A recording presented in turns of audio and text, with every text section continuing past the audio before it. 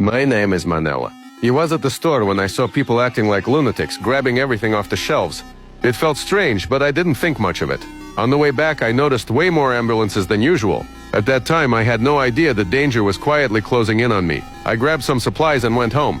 Breaking news was playing on the TV. A new virus was spreading across the country. The media said wearing a mask could stop it. That night, I got a call from my sister.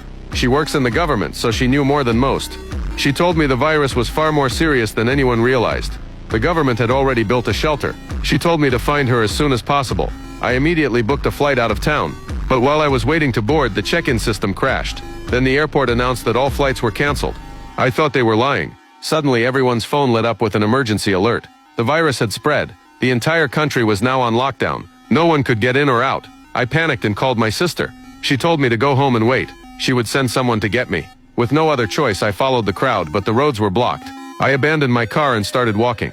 When I made it back to my neighborhood, I saw soldiers everywhere. They were restraining someone, dragging them into a waiting truck. That's when I realized one of my neighbors had mutated. I knew without a doubt I had to leave town. But the next day, my sister called again. She said the virus was spreading faster than anyone had expected. She warned me to stay far away from quarantine zones. The more people around, the higher the risk, she told me. I rushed to the store to stock up on more supplies. But when I got there, the shelves were nearly empty. Even food that had fallen to the floor was already gone. I picked up one piece of food, but an old man snatched it from me. All I found were a few leftover crackers. As I was leaving, an injured police officer ran into the store and locked the door. Before I could understand what was going on, a large crowd screamed and scattered.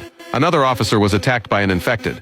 My instinct told me to help, but when I saw that zombie-like creature, I froze. Luckily, the cop shot and killed it. But before I could recover from the shock, the injured officer mutated too. I ran back home, locked every door and window, closed all the curtains. The military was rounding up civilians. Soon someone knocked on my door. I hid in a corner, holding my breath. Eventually they left. 2 weeks later, the entire city was abandoned. As the signal disappeared, I never heard from my sister again. My food is almost gone. So I've decided to take the risk and go out looking for supplies.